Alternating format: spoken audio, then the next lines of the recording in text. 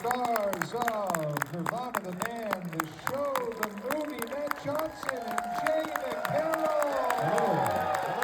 Thank you. We're here. Thank you so much. How about Roz and Mocha, huh? Birthday great. We missed them, but I'll tell you, they knew nothing when we showed up at their studio. And it's funny, they trusted us implicitly, which is bizarre because I think if you look up, if you literally type Matt Johnson in Google, the first thing you will see is articles telling you, do not trust this person.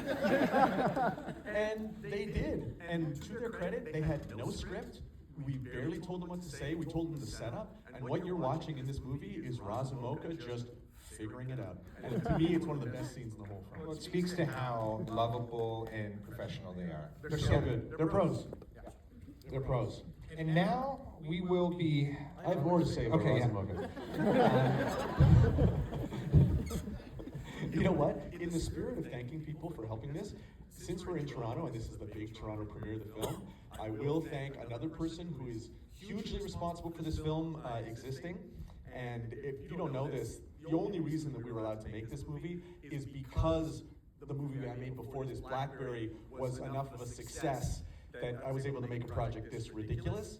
And although he's not here, Jay Baruchel was the #1 supporter of the film Blackberry.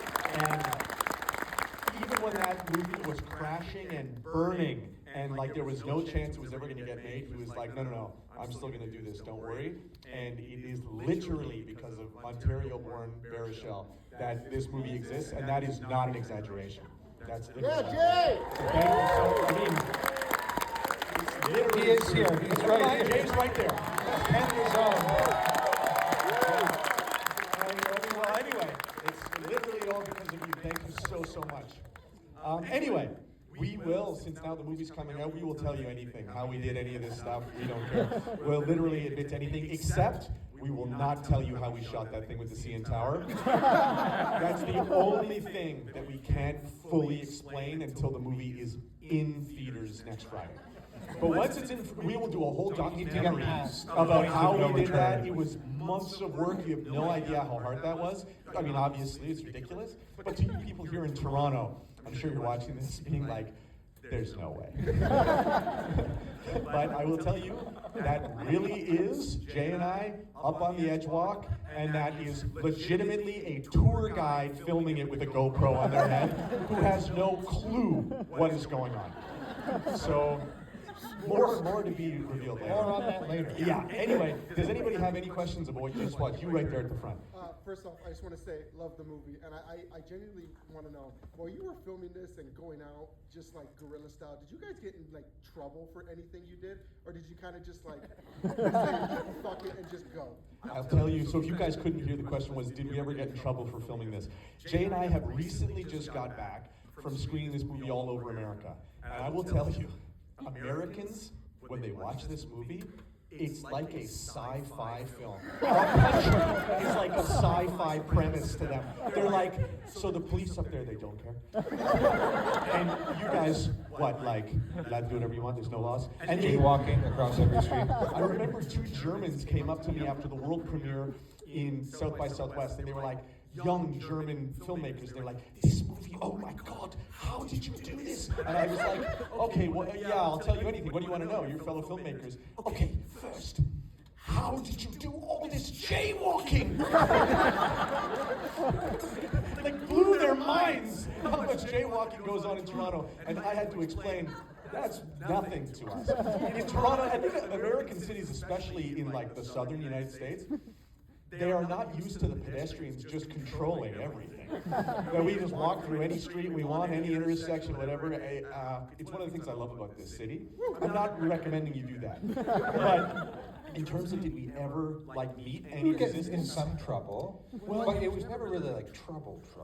It was more like, What are you guys doing? We would confuse people, and anyone in authority would probably be like, "Can you guys just?" And we're like, "Yeah, we're almost done." We shoot in like small pieces, and then we would just be gone before they could escalate. I got a good example. The worst it ever got was when we were running that cable from the CN Tower through the city. They didn't like that contraption. No, near the CN because Tower. I think it looked like we were like, they were looking at us like we were spy versus spy, and they thought maybe there was a bomb at one end of this thing. Because we're moving away and the cable keeps going behind us. So that was the only time that they would be like, whatever you're doing, this has to stop. And we would say, what do you think we're doing? And they would say, we don't know. But whatever it is, we can't let you continue. And so that would be, again, trouble would basically just be like, move along. Because I mean, you guys just saw the film. When you watch these guys do anything, you don't feel mad, you kind of feel sorry for them. You're like, don't you know, that's never gonna work. Like, whatever you're doing, you guys are so stupid. Well, just let them go. Like, what are we gonna tell them? When I had to jump off the streetcar, remember at the end, you guys just saw it at the end where I've got the parachute, and then I jump off, and I have to jump off the TTC rail onto the street. That was another time when I thought, oh, the cops are gonna stop us for sure, but no. There were police officers working with a construction team. Well, there was also police everywhere because that night was a Taylor Taylor Swift. Swift concert and the Mike Tyson Logan Paul fight. So there were police everywhere, and we would look down the street, and they would eye us, and they'd see Matt up on the subway platform, and they'd see him just not really fucking around, but up there, and they were like, we're just gonna see where this goes. It's a little bit like that scene in The Town where all of the bank robbers show up with the M16 and the mask, and the Boston cop kind of looks at them, and it's like, oh, it's not worth my trouble. It's like the Canadian version of that. Yeah, our version of having an M16 and robbing a bank is me on top of a TTC stanchion. Yeah, next question. Way over there. Yeah, you're right there, yeah. Selfishly, it's literally moments like this. Making this movie was so hard. I'm sure it's evident that it's like what we shot the movie for 200 days, and it's painful. It's not fun making this movie. Like, I mean, I know that seems like a punchline, but really, you're working with like your 6 or 7 closest friends. Every day is a struggle. You're trying so desperately to get it, and it's because we are anticipating that if we do it right, then people specifically from this city are going to be happy. We know that we're going to be able to screen it for people here, and they're going to be like, oh my gosh, I can't believe these guys worked this hard on this.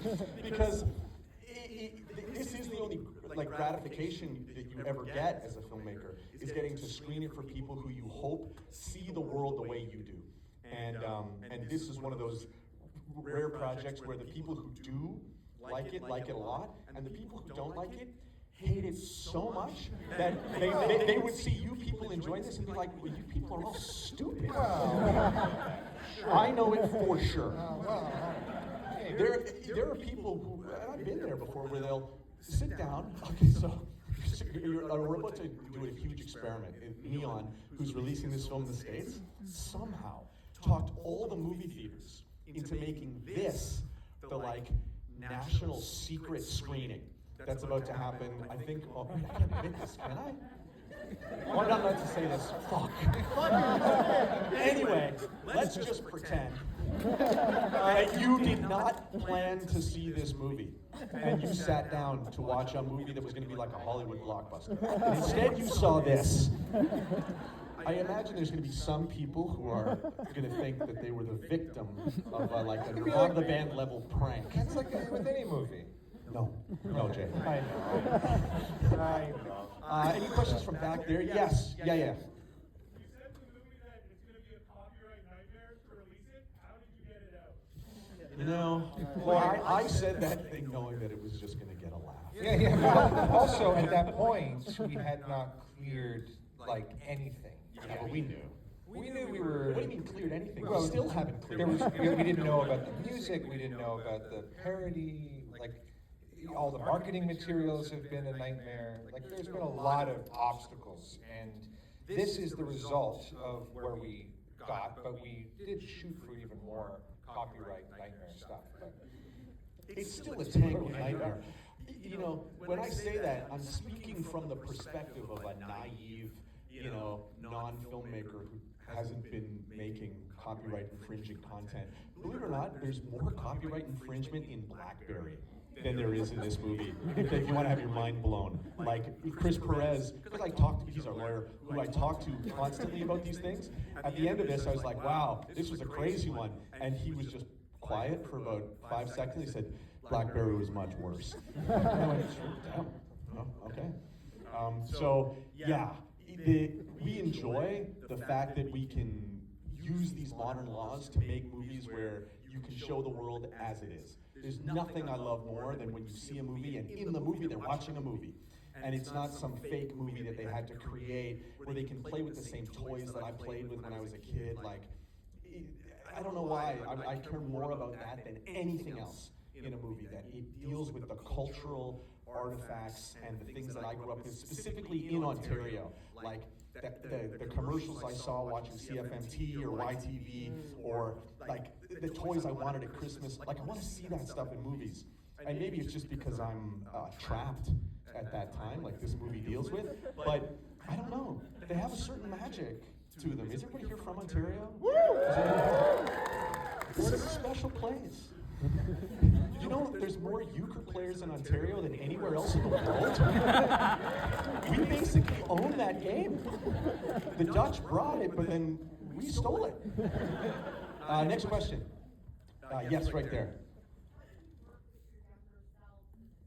How did we work with our younger selves? It was not easy because they were petulant. They didn't listen to notes. They were like, "What's the point? Like, this is so stupid. We're not going to see this for 20 years." Our editors did the painstaking task of going through all of our old tapes of the web series that we shot, and we shot tons of stuff when we were figuring the show out for the first time.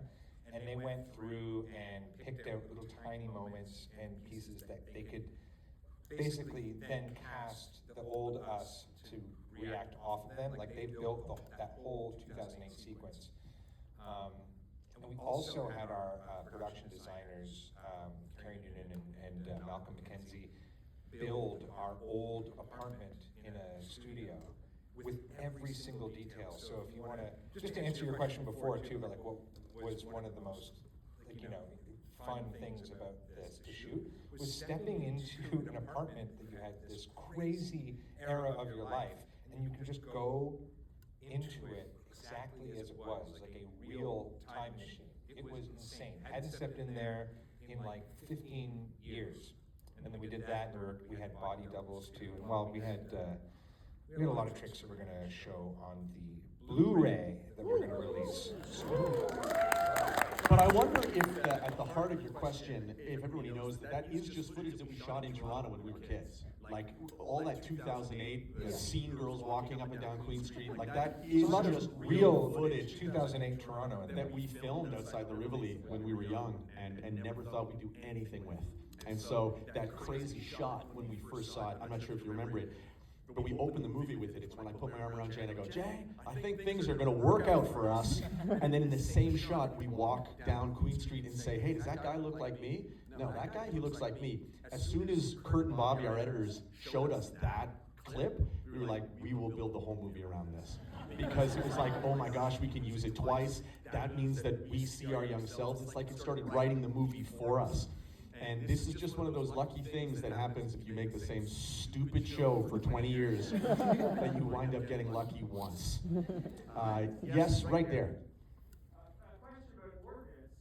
As I remember around 2008, you could still find it in like some weird places. I distinctly remember Fiesta Farm. And in Markham.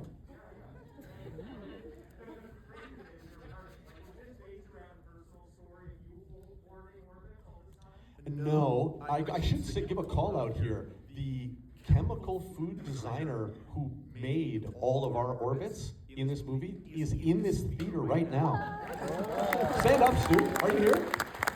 What are the special soul of an orbit? A bunch of food grade chemicals and stabilizers, and I was telling Matt, the producer, I had to like Google Translate a recipe I found from a different country, and I tested it about like 30 or 40 times, and then boom, we got it. I had to drink about, because in the original script of the movie, my character drinks a lot of this stuff, and so the producers were making sure, okay, I don't want you to die. He's a wizard. I loved it. It was delicious. Every ounce of that stuff that I ingested. And I'm fine. Look at me. So you asked, what was the connection? When I was a kid, at the corner Jay and I grew up very close to one another. Well, I got him from Max Milk. And I would go to Max Milk in San Francesco's and get a slice, and you could get a slice and pop for $2. But if you didn't want the pop, they'd give it to you for $1.50, and you could go next door and buy an Orbitz. And I did this religiously until I realized after about a year I'm gonna die. And so I'd always loved this drink. I consider it the original food entertainment. It predated bubble tea in North America, other than like in Vancouver on the West Coast. And it's a Canadian product. It's one of those. It's not a good drink. I love the drink. It's funny. It's like, not to make a BlackBerry comparison, but it is like one of these products that penetrated into the United States. In Michigan, they had it, and then all of a sudden, gone.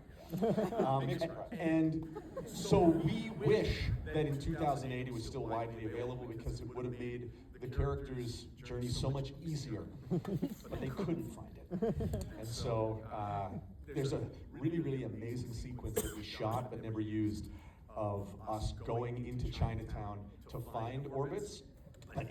I won't tell the story now, it's too ridiculous and long, but it's a great trick if you guys are ever making a time travel movie and you want to really like get great acting from a bunch of people.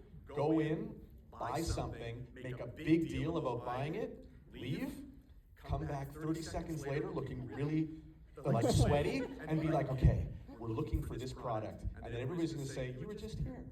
And then you look at your partner and go, oh, we were just here. You did tell a very abbreviated story. Very abbreviated. Anyway, it worked like a charm, but we didn't have the runtime. Next question, right back there. Yeah.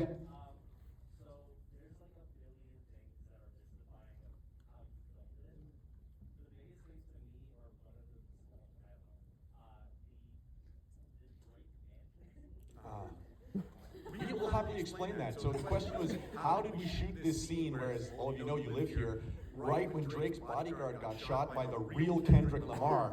How is it that we were able to... One of Kendrick's guys. I think Kendrick pulled the trigger. And he was small. I think he was inside of a briefcase. And bang! And so we were just insanely lucky. To bring it back to Razamoka, that was the day we were shooting the scene with them, and because they were a news show, they got it on the wire, oh, there's been a shooting at Drake's house, and we were like, guys, we gotta go. So we just drove right to Drake's mansion, the cops let us in, and immediately, Jay's already dressed like famous Jay, so we're just filming. And what's so cool, if you guys have seen it, when the city of Toronto does one of those like news scrums, everyone knows one another. They're all so friendly. And so when we showed up, I'm talking to people, and they're like, oh yeah, you're the BlackBerry guy. And I was like, nice to meet you. We got to shoot this way. You're okay with that? They're like, we don't care. Like, they don't even ask us what we were doing. It was really bizarre. I started filming. I started running away from the police as if I had committed a murder. And we shot it like 7 times. I was out of breath. I would get to the end of the street and I'd see the police just sort of, what is...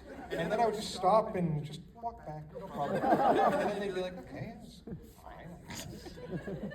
But that is an example of something that we go out and shoot with no idea of how we're even going to use it. Like at that point, we weren't thinking, oh yeah, then Jay shoots one of the Born Ruffians in the head. Like all of that happens backwards. And it's such a cool trick. The same thing with that Brazilian girl who I see, and I'm like, oh yeah, we've never met each other before. And she's like, no, we haven't. That was true. But because it's cut in the opposite order, it just all seems real. This movie is 100 of those tricks where We just act the time travel. yeah, it's like, who would have thought? If you just shoot a documentary backwards, everything seems like time travel. Anything could be 2008 if you just frame out the modern cars and the earbuds. So that is, if you really just isolate that moment, that is how we made the whole movie. It would be like a few friends going out into Toronto, trying to film something, and then when they stumble on it, we all go back, Kurt and Bob edit it together, and then we go, okay, how can we make a movie out of this? And this is just 1,000 examples of that. And with that, we can only thank you, Toronto. We think this is the best city in the world. Thank you so much for coming.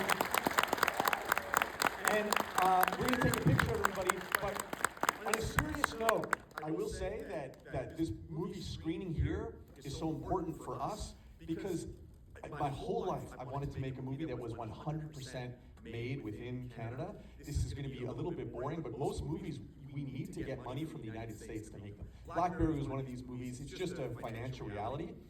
And this was the first time I've ever been able to make a movie using only Canadian money because of Telephone Canada. And you're all a part of that. I know you didn't say yes. That money was taken from you to pay for this, and if you like that, I feel some pride because you really did have a part in making this movie because of Telephone Canada. Literally, you guys all produced this. So thank you so much. I truly mean it. And now let's take a picture all together.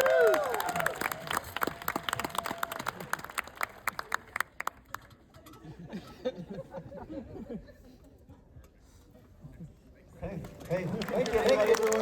The movie comes out next Friday, so well, they already saw it. Tell people. Oh yeah.